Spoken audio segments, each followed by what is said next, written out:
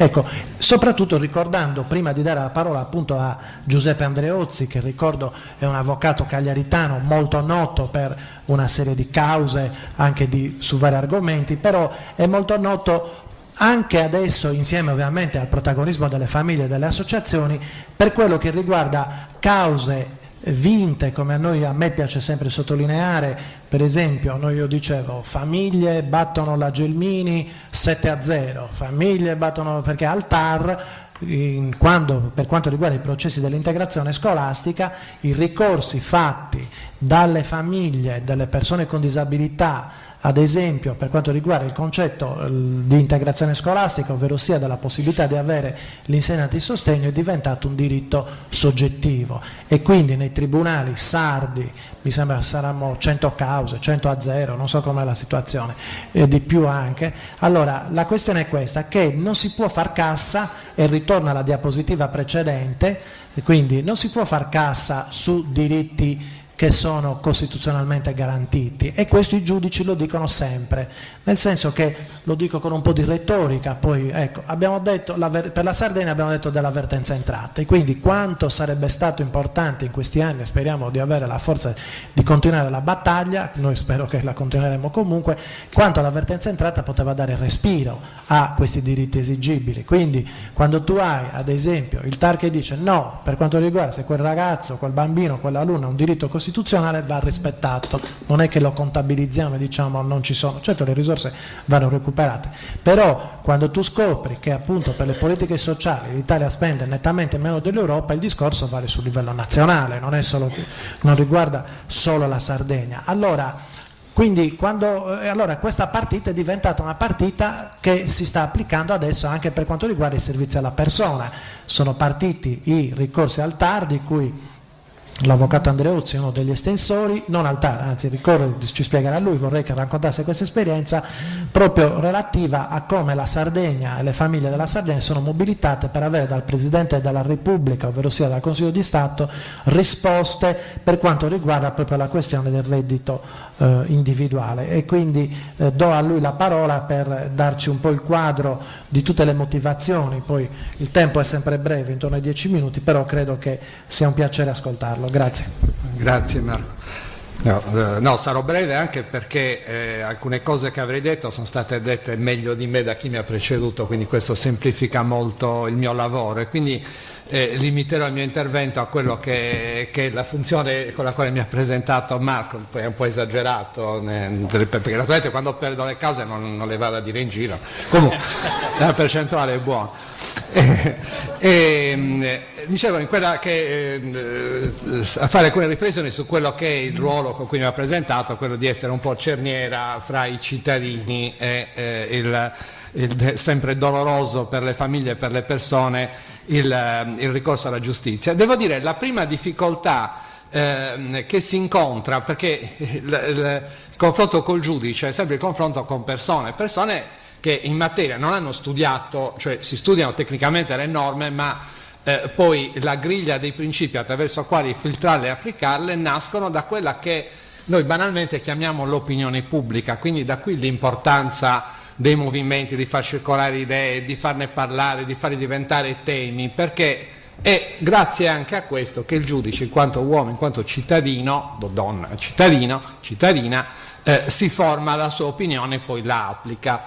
E devo dire che nel nostro caso, tra l'altro, vorrei fare un passo indietro. All'inizio queste battaglie si facevano davanti al giudice ordinario, al giudice civile, giustamente perché stiamo parlando di diritti della tradizione, nella tradizionale divisione delle attività delle difese del cittadino, si fanno valere i diritti davanti al giudice civile, gli interessi legittimi davanti ai giudici amministrativi. C'è stata una decennale battaglia dell'Avvocatura dello Stato, quindi del governo, per trasferire la materia ai giudici amministrativi.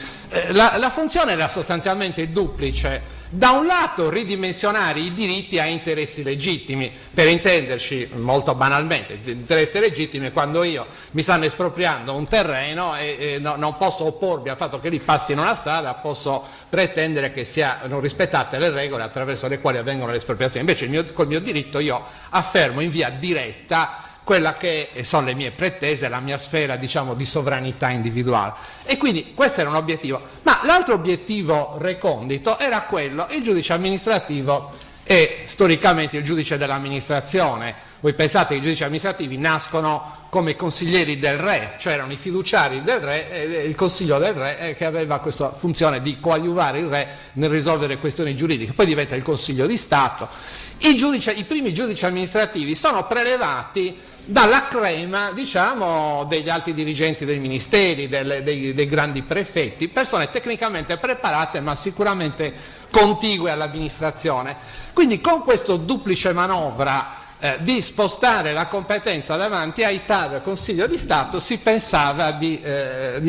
fare bingo, diciamo, di ottenere un risultato. E devo dire, in questo poi la Cassazione, che poi è il giudice a sezioni unite, che è il giudice che dirime, no, le controversie tra giurisdizioni, quindi tra giudice civile e giudice amministrativo, con una sentenza che non è qui il caso di approfondire, sarebbe bello approfondirlo sul tema, ha ritenuto che fossero di competenza del TAR, nonostante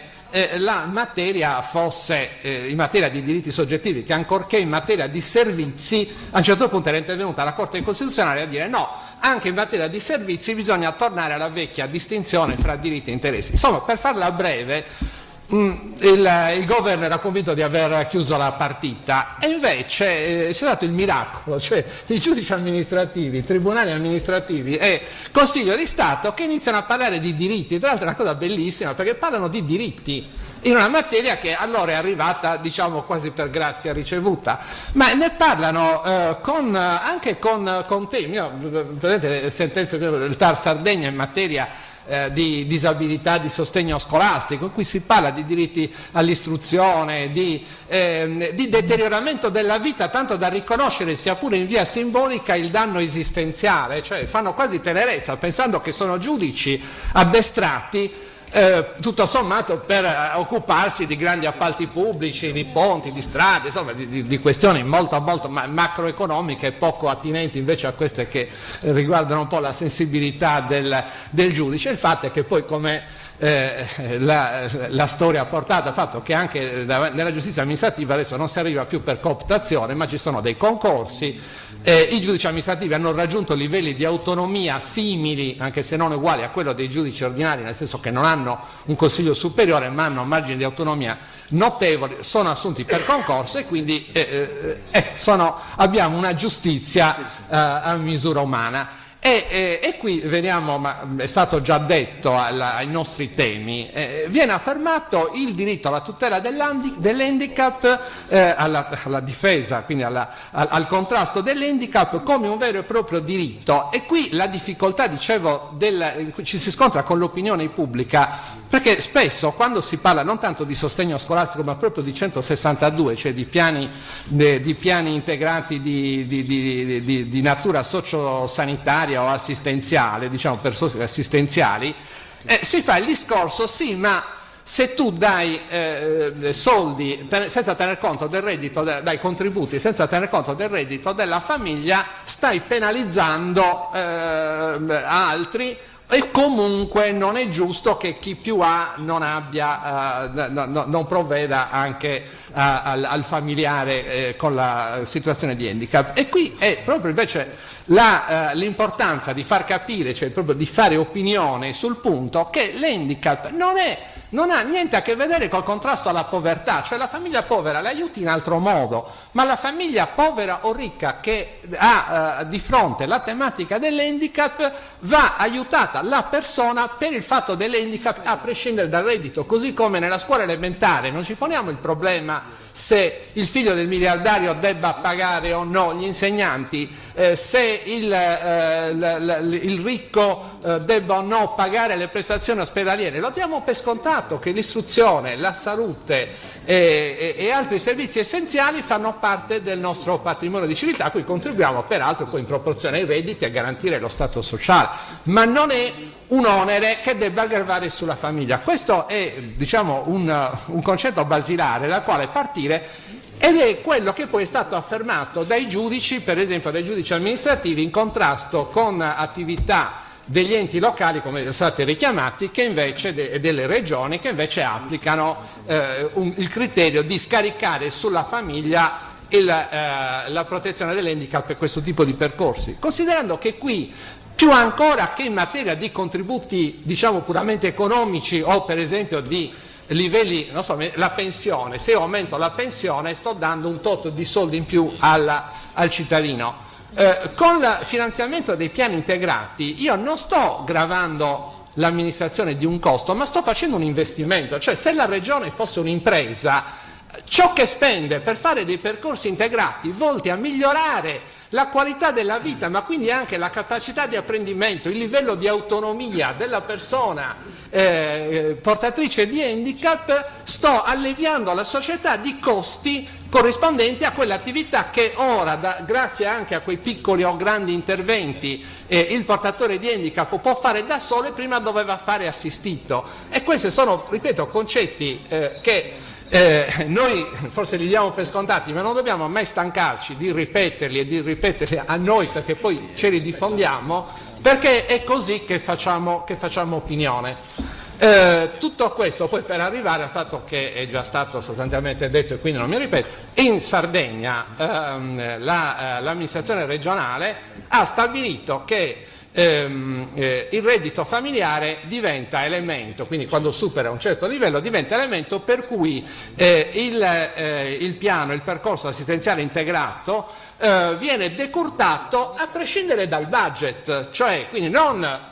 ti metto in graduatoria, che non sarebbe neanche giusto, ti metto in graduatoria in base alle risorse, finite le risorse gli ultimi sono quelli appartenenti a una famiglia benestante, no, te lo decurto per il fatto che il tuo reddito familiare raggiunge un certo livello. Su questo, che è diciamo, è stata la battaglia più grossa che si sta contrastando in Sardegna, in contrasto, come è stato detto, con la legge nazionale.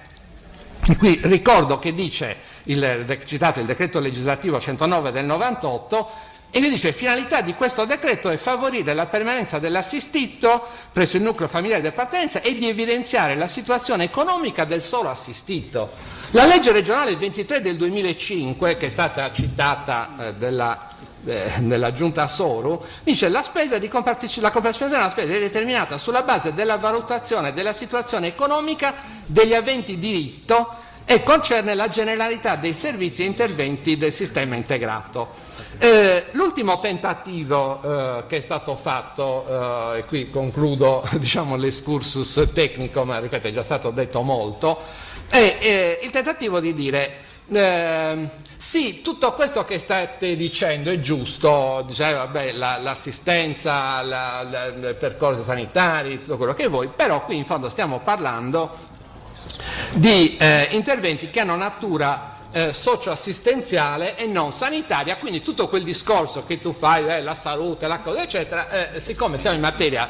socioassistenziale, nel socioassistenziale riprende a essere decisivo la questione economica dell'individuo e anche della famiglia. E qui devo dire tanto di cappello ai giudici, TAR Lombardia e Consiglio di Stato, che qui cito per esempio un'ordinanza del Consiglio di Stato 3065 del 2009 che confermava ecco qui abbiamo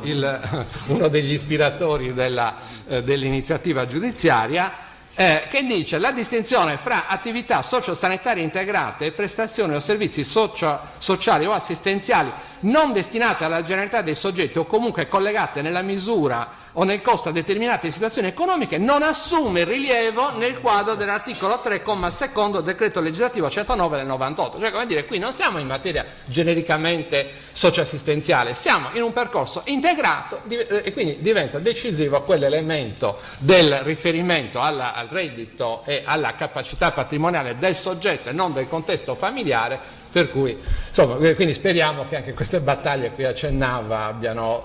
un seguito anche da noi positivo. Grazie, ringrazio per la chiarezza e per la brevità.